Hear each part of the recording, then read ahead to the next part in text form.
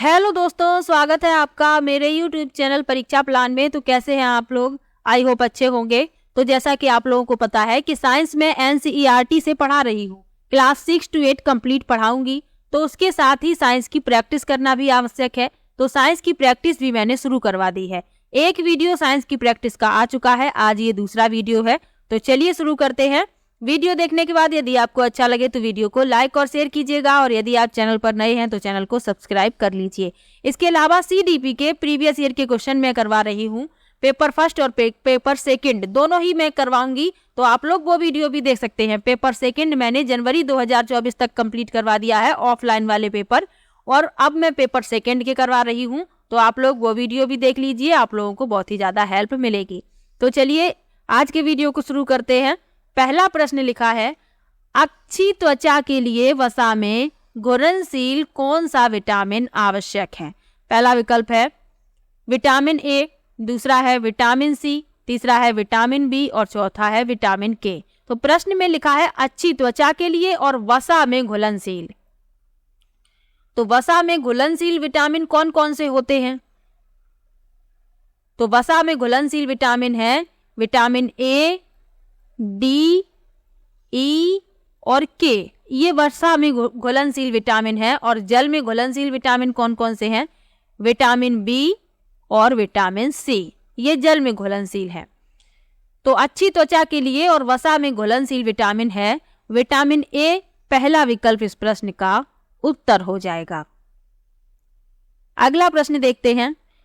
इसके अलावा vitamin A की कमी से कौन सा रोग हो जाता है? तो विटामिन ए की कमी से रतौंधी रोग हो जाता है। तो ये भी आपको याद रखना है। विटामिन सी की कमी से स्कर्वी, विटामिन बी की कमी से बेरी और विटामिन के की कमी से रक्त का थक्का नहीं जमता है।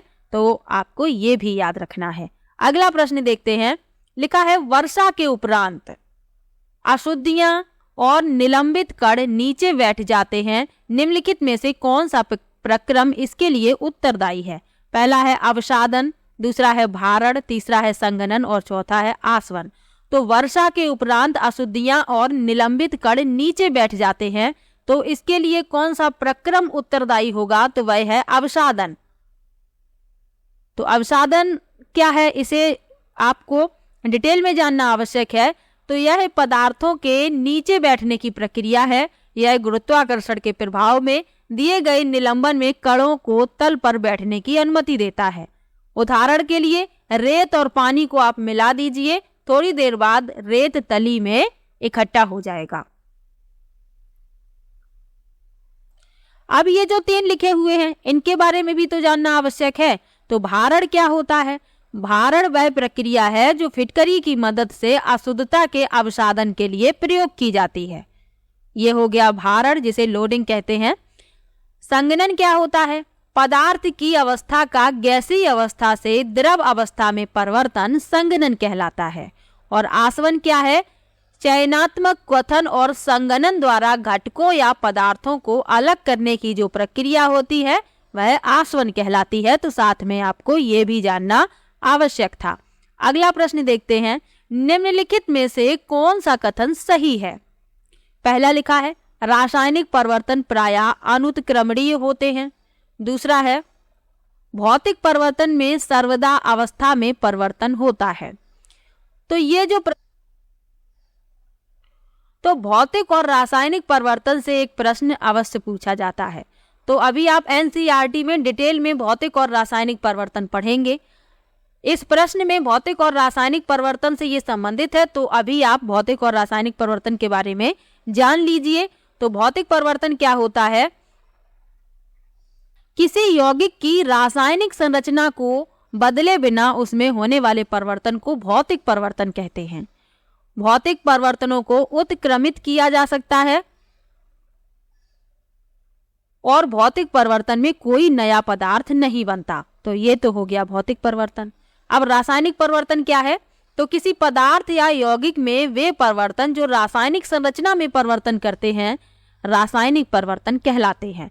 रासायनिक परिवर्तनों में नए पदार्थ बनते हैं। अब इसमें क्या लिखा है? रासायनिक परिवर्तन प्रायः अनुत्क्रमणीय होते हैं। ये बिल्कुल सही है। और इसमें लिखा है भौतिक परिवर्तन में सर्वदा अवस्था में परिवर्तन होता है। तो सर्वदा अवस्था में परिवर्तन नहीं हो सकता है, तो ए इसमें सही है लेकिन बी गलत है, तो पहला विकल्प इस प्रश्न का उत्तर हो जाएगा। अगला प्रश्न देखते हैं। निम्नलिखित में से कौन से लक्षण जल वनस्पति को जल में तैरते रहने में मदद नहीं करते? पहला है वृंतों एवं तनों में वृहत नलियां होती हैं। दूसरा है पत्तियों पर मोम की परत होती है। तीसरा है पत्तियां बड़ी गोल चक्रिका के आकार की होती हैं। और चौथा है पत्तियां और तना अंगुली नुमा जैसे और फीते जैसे होते हैं।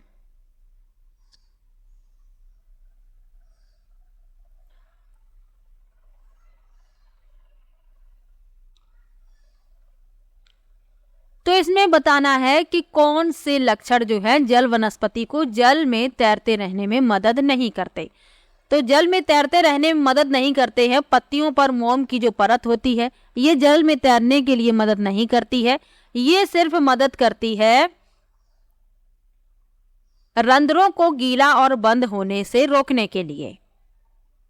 और इसके अलावा जो डी लिखा है पत्तियां और तना अंगुली नुमा जैसे और फीते जैसे होते हैं, ये भी तैरने में मदद नहीं करती, क्योंकि ये पानी की धारा के साथ बहने में मदद करता है, तैरने में नहीं करता है। धारा के साथ बहने में मदद करता है कि जिस दिशा में पानी की धारा है उस दिशा में पौधा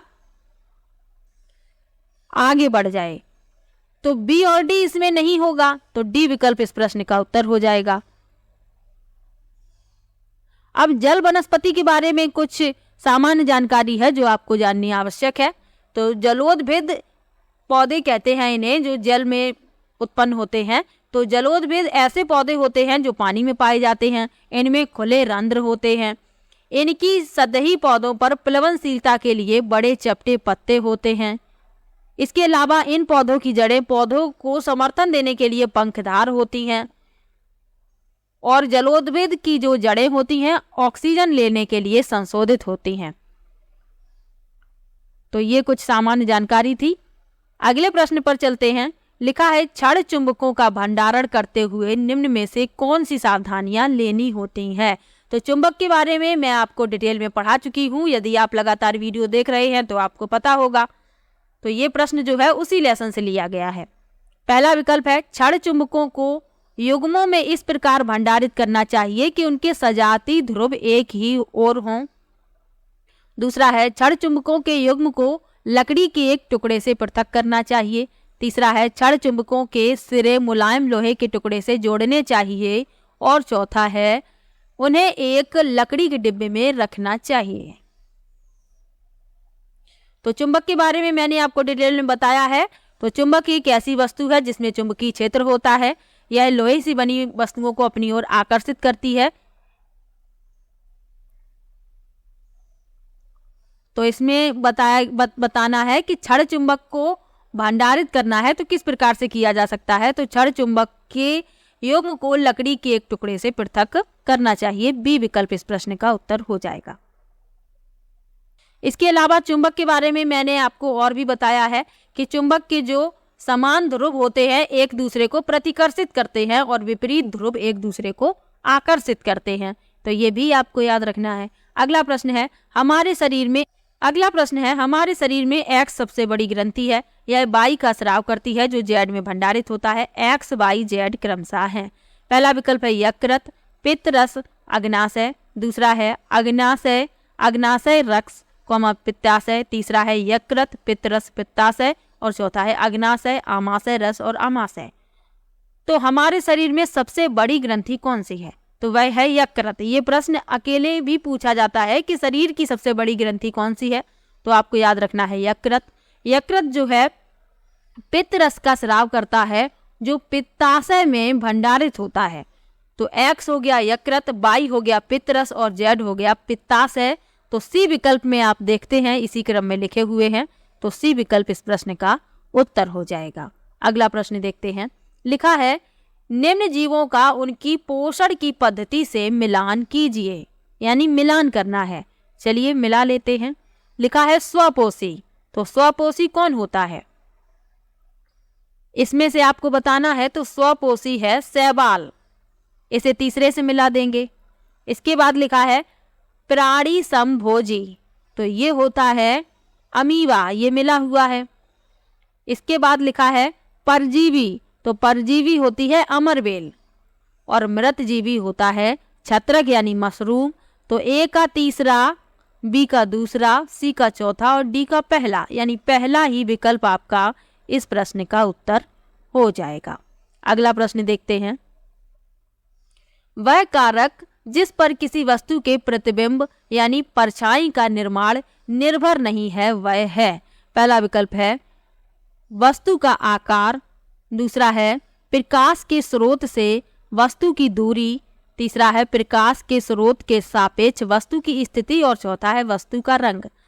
तो जिस पर किसी वस्तु के प्रतिबिंब का निर्माण निर्भर नहीं है वह है वस्तु का रंग। डी विकल्प इस प्रश्न का उत्तर हो जाएगा। अगला प्रश्न है ध्वनि तरंगों के संदर्भ में निम्न में से कौन सा कथन सत्य है। पहला है ध्वनि तरंगें गैसों में द्रुतगामी होती हैं, दूसरा है मानव वह ध्वनि सुन सकते हैं जिसकी 15,000 हर्ट्ज आवृत्ति है, तीसरा है ध्वनि तरंगें परिवर्तित नहीं हो सकती, और चौथा है ध्वनि की प्रबलता ध्वनि की तरंगों की आवृत्ति पर निर्भर करती है। तो ध्वनि क्या होता है, तो यह कंपन या विक्षोभ से उत्पन्न ऊर्जा का एक रूप है जो एक माध्यम में संचरित होता है,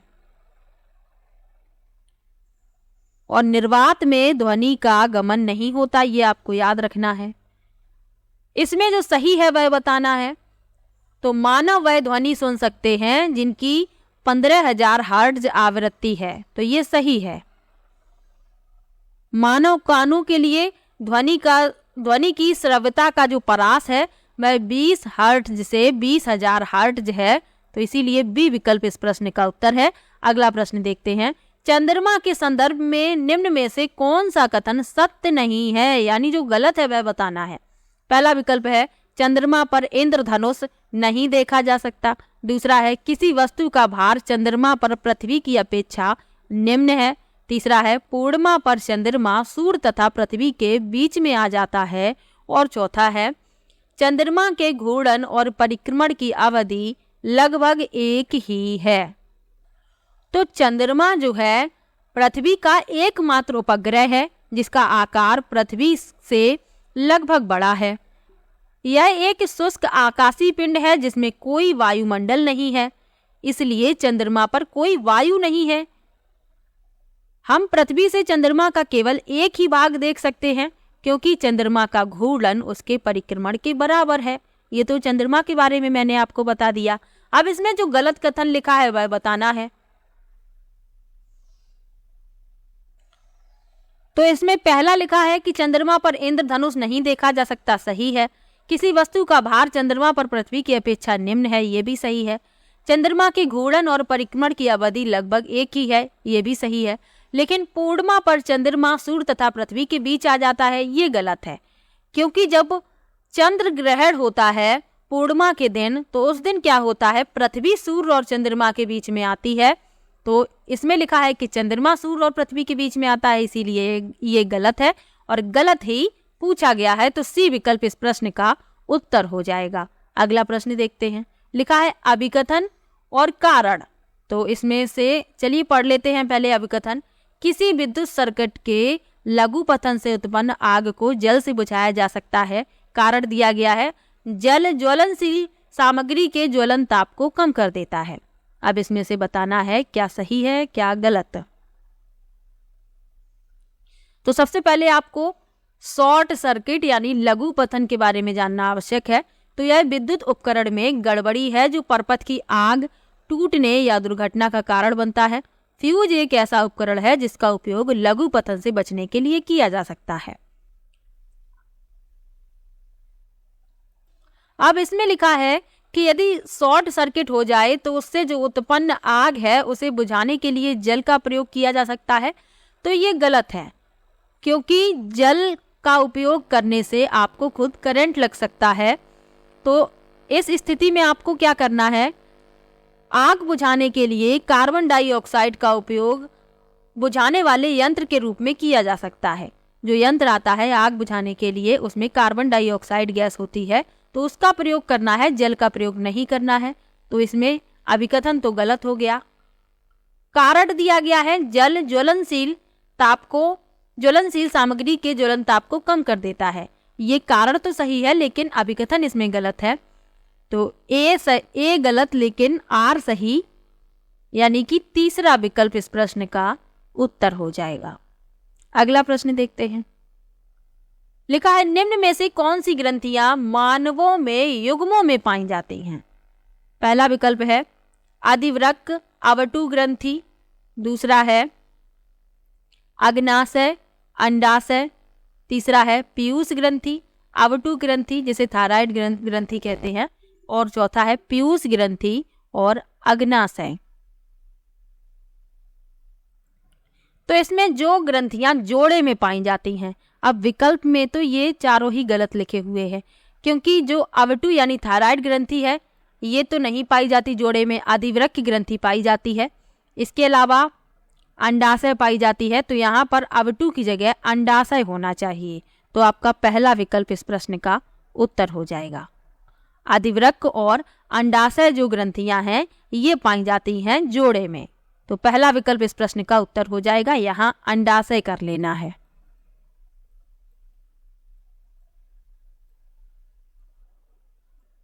अगला प्रश्न है लोग प्रायः कपड़े का एक गोल टुकड़ा किसी भारी बोझ को अपने सिर पर उठाने से पहले रखते हैं, इससे मदद होती है क्योंकि पहला विकल्प है संपर्क क्षेत्र में वृद्धि करने से दाब घटता है, दूसरा है संपर्क क्षेत्र के घटने से दाब घटता है, तीसरा है संपर्क क्षेत्र में वृद्धि करने से बल घटता है, और चौथा है संपर्क क्षेत्र के घटने से बल में वृद्धि होती है।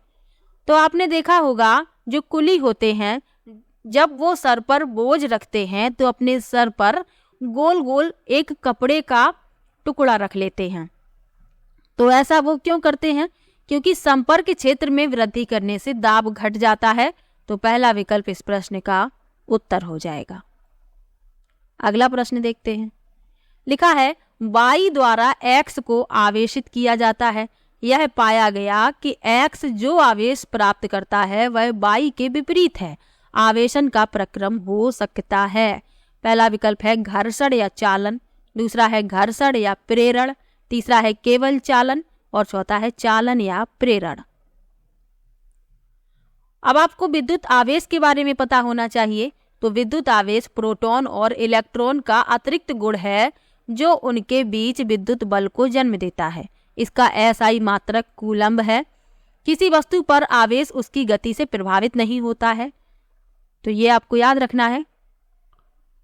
अब इस प्रश्न में जो उत्तर है वह है दूसरा विकल्प घर्षण या प्रेरण।